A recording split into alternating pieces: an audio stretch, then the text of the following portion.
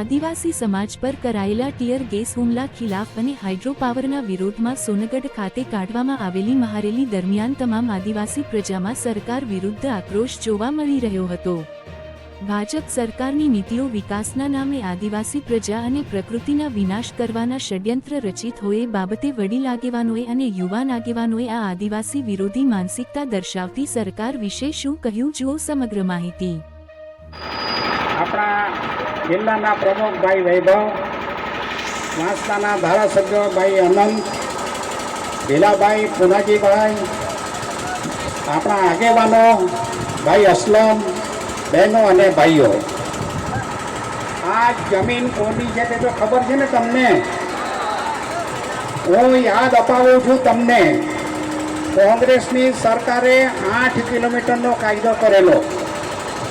8 કિલોમીટરનો કાયદો એટલે 8 કિલોમીટરની બહાર કોઈ માણસ જમીન ખરીદી શકે નહીં।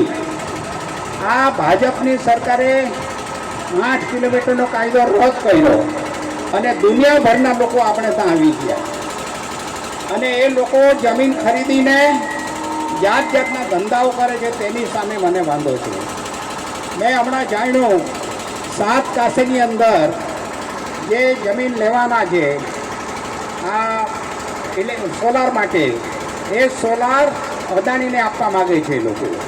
પણ મારે તમને એક વાત કહેવાની છે, આસામની અંદર એક જિલ્લા અદાણીને આપેલો, ભલું થજો કોઈક આગેવાનનું એમણે હાઈકોર્ટમાં રીટ કરી અને હાઈકોર્ટે એમ કહ્યું કે આ શેડ્યુલ 6 હેઠળ આવતી જમીન આદિવાસીઓની છે એ કોઈને આપી શકાય નહીં અને સરકારનો હુકમ રદ કર્યો।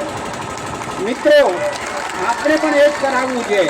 મને આવા સમાચાર મળ્યા છે આસામથી માંડીને મધ્યપ્રદેશ, રાજસ્થાન, ઝારખંડ, છત્તીસગઢ, મહારાષ્ટ્ર અને ગુજરાતનું આપણું દાન, એ તમામ જંગલની જમીન અને જંગલ એ અદાણીને આપવા માગે છે સરકાર। તમને મંજૂર છે? કોઈ સંજોગોમાં આપણને આ મંજૂર નથી। આપણે એક વખત વિસ્થાપિત થયા। તમારો સોનગઢ તાલુકાનો, ઉચ્છલનો અને નિઝરના લોકોનો બહુ મોટો ભોગ છે, એને ઝેર આપી દો એવો મેં ચીફ મિનિસ્ટરને કાગળ લખ્યો છે। પણ મારે તમને કહેવાનું છે કે આપણે ઝેર નથી પીવાનું, આપણે એને ઝેર આપવાનું છે। એને ઝેર આપવાનો આપણી પાસે અવસર આવે ત્યારે તમે બધા જાગતા રહેજો। અને 85 વર્ષની ઉંમરે હું તમને ખાતરી આપવા માગું છું કે કોઈ પણ બલિદાન માટે આવશે, આગળ લડવાનું આવશે તો હું તમારા કરતાં આગળ હોઈશ, એની તમને ખાતરી આપું છું। આપણે ખામ થિયરી પ્રમાણે ચાલવાનું છે। ખામ થિયરી કે ઝીણાભાઈ દરજી અને આપણા આગેવાનોએ જે બનાવેલી એ થિયરી પ્રમાણે આપણે ચાલવાનું છે। ઘણા મિત્રો બોલવાના છે એટલે લાંબી વાત કરતું નથી, પણ તમે જાગતા રહેજો, તમે જાગૃત રહેજો અને તમે જાગ્યા છો એટલા માટે હું તમને અભિનંદન આપું છું। અભિનંદન, અભિનંદન, અભિનંદન। જય આદિવાસી, જય આદિવાસી, જય બિરસા મુંડા, જય બિરસા મુંડા। બિરસા મુંડા અમર રહો, અમર રહો, અમર રહો। બિરસા મુંડા અમર રહો, અમર રહો, અમર રહો। જય આદિવાસી। આદિવાસી જન આક્રોશ રેલીમાં ઉપસ્થિત સામાજિક, રાજકીય આગેવાનો, મારા ભાઈઓ અને બહેનો, યુવા દોસ્તો, 7 કાશી ખાતે જે એક્સપાયરી ડેટવાળા ટીઆર ગેસો છોડવામાં આવ્યા, એવું લાગ્યું કે રક્ષકો જ આજે અમારા ભક્ષકો બની ગયા છે એવું લાગી રહ્યું છે। પકડ વિનાની વાત હોય તો પણ આદિવાસી યુવાનોને એને પોલીસના પટાંગણમાં કપડાં કાઢીને મારવામાં આવ્યો। અમને એવું લાગી રહ્યું છે અહીંયા એસઓડીમાં નાખી દે, બહારથી પોલીસ તંત્રને સજામાં નાખી દે પોલીસ તંત્રને, ને અહીંયા આદિવાસીઓ પર અત્યાચાર કરે એવા આદિવાસી વિરોધી માનસિક ધરાવતા અધિકારીઓ અમને જઈતા, એવા અધિકારી જઈતા। તાપી જિલ્લો સંપૂર્ણ આદિવાસી બહુલોક વિસ્તાર છે। અહીંયા અમારા આદિવાસી વિચારધારાવાળા અધિકારીઓ જોઈએ, આદિવાસી અધિકારીઓ જોઈએ ને। અહીંયા ઘણા બધા ઉચ્છલના યુવાનો છે। હું યુવાનને કહેવા માંગુ છું, આપણે બજાર કરવા નવાપુર જઈએ, આપણે દવાખાને નવાપુર જઈએ અને અમારા યુવાન મજૂરી કરવા નવાપુર જાય ને સાંજે પોલીસવાળા 200 રૂપિયા મજૂરી કરતો હોય એને પકડે અને દારૂ પીધેલાનો કેસ કરવામાં આવે, ટાર્ગેટ છે એમ કહીને કેસ કરવામાં આવે. હવે અમારે કેવું છે, આદિવાસી સમાજે પણ ટાર્ગેટ કરવો પડશે. નવપુરથી દારૂ ભરાઈના ગાંધી અને સરદારના ગુજરાતમાં આવે છે. આપણે હવે જાગી જવાનું છે, વ્યસન મુક્તિ આંદોલન ચલાવવાનું છે. આદિવાસી સમાજ હવે જાગી ગયેલો છે. હવે વધુ ના કહેતા હું આ વખતે રજૂ કરું છું. જય આદિવાસી, જય જોહાર, જય જોહાર. જંગલ જમીન કહેતા હોય.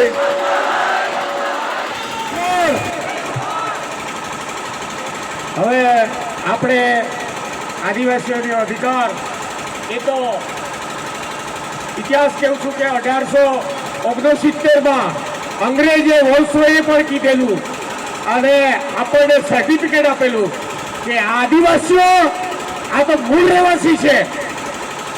તમારે જાણવું હોય તો ઘટેશ્વરમાં કેસરસિંહ દાદા પાસે આ પુસ્તક છે, એના ફેમિલીમાં. એટલે આદિવાસીઓ એ લોકો નથી, મૂળ રહેવાસી આપણે છે.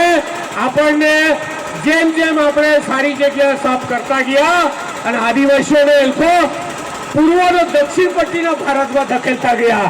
આ ઇતિહાસ છે, એની લડાઈ આ જ છે કે આપણે આદિવાસી માટે લડીએ, આપણે આદિવાસીને કહીએ. મનુસ્મૃતિ વલણ ધરાવતા લોકો આ આદિવાસીને એક બે ઉદ્યોગપતિ જો આ દેશને જો જળ જંગલ કબજે કરતા હોય તો આપણે લડી લેવાની જરૂર છે. અધિકારો તો આપણા જ છે, એટલે સંવિધાનને બચાવો, આપણે આગળ વધીએ. એ શુભેચ્છા સાથે, શુભકામના સાથે આપ સર્વને અભિનંદન અને આપ સર્વ નેતાનું આનંદભાઈ પટેલ વડીલોનો, અમારા પ્રમુખ શ્રી સર્વ માજીઓ સર્વનો આભાર સાથે નિર્મું છું. સમાજના આગેવાન ભાઈ આનંદભાઈ, ભાઈ યુસુફભાઈ, ભાઈ અમરસિંહ કાકા, ભાઈ વિભવભાઈ, પુનાજીભાઈ, ભાઈ રાજુભાઈ, મુસ્લિમ સમાજના આગેવાનો ભાઈ અસલમભાઈ, તમામને જન આક્રોશ રેલી જે આપણે કાઢી ત્યાં માટે બધા આગેવાન હાય બીજી બધી વાત કહી. બાકી ચાલો માં મગજ હે આખે सुप्रीम कोर्ट है आके है क्या यह देश में राम है तो राम मंदिर बना दो दे. राम मंदिर बनो ने. सुप्रीम कोर्ट बीजो भी है आके है आदिवासी इस देश में मूल मालिक है आके है ने. तो आप है राजा तरीके रहीने चालू कर दिया. कदा भाई भीख मांगनी जरूर नहीं मिले. राजा बना पोतानी जात ने राजा माना. क्या ताकत है? कोई ताकत नहीं मिले. पोतानी जात ने राजा माना, समंदर जीवा. कोई बाप की ताकत नहीं मिले. काफी अधिकार छीनवाइए. એટલે આજથી એ બી એક નિશ્ચય કહી લેજા કે રાજા બનીને જીવને ચાલુ કરી દે. બીજા બધા આગેવાન હતા, બધા બહુ બોલનો છે. માં બેન વાત બોલ બધા તુમા વનાયા એ બદલ સૌનો આભાર. જોહાર. અહીંયા આપણી વચ્ચે ઉપસ્થિત આપણા સૌના મુરબ્બી દીપ બધાના એવા માજી સાંસદ અમરસિંહ કાકા, આપણા સૌના યુવા નેતા ધારાસભ્ય શ્રી ભાઈ આનંદભાઈ, જિલ્લા કોંગ્રેસના પ્રમુખ વિજયભાઈ, યુવાનોના નેતા યુસુફભાઈ, રાજેશભાઈ, પુનાજીભાઈ, ધરમપુરથી આવેલ કલ્પેશભાઈ, રેહાનાબેન અને સૌ આદિવાસી સમાજના ભાઈઓ અને બહેનો. અહીંયા ખાસ કરીને મારે પોલીસ તંત્રને એટલું જ કહેવું છે કે સાતકાશીમાં જે બનાવ બન્યો એ આખો વિડીયો મેં પણ જોયો હતો અને મેં પણ એને શેર કર્યો હતો. પોલીસને આટલી જ વિનંતી છે કે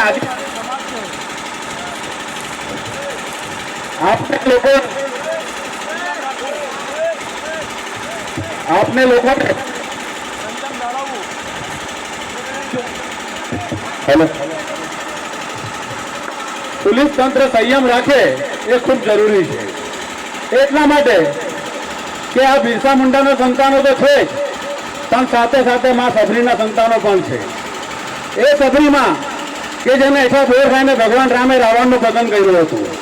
એટલે આ એ પૈસા છે કે કોઈ દિવસ કોઈનાથી ડરે નહીં, કોઈનાથી ભય નહીં. અને આ આદિવાસી વિસ્તારમાં જે કોઈ સરકારને વિકાસનું કામ કરવું હોય એ આદિવાસી સમાજનો વિનાશ કરીને વિકાસ કરવા જાય તો કોઈ પણ સંજોગોમાં ચલવી નહીં લેવાશે. ને એમ નહીં સમજતા કે આ માત્ર લડાઈ આદિવાસી સમાજની છે.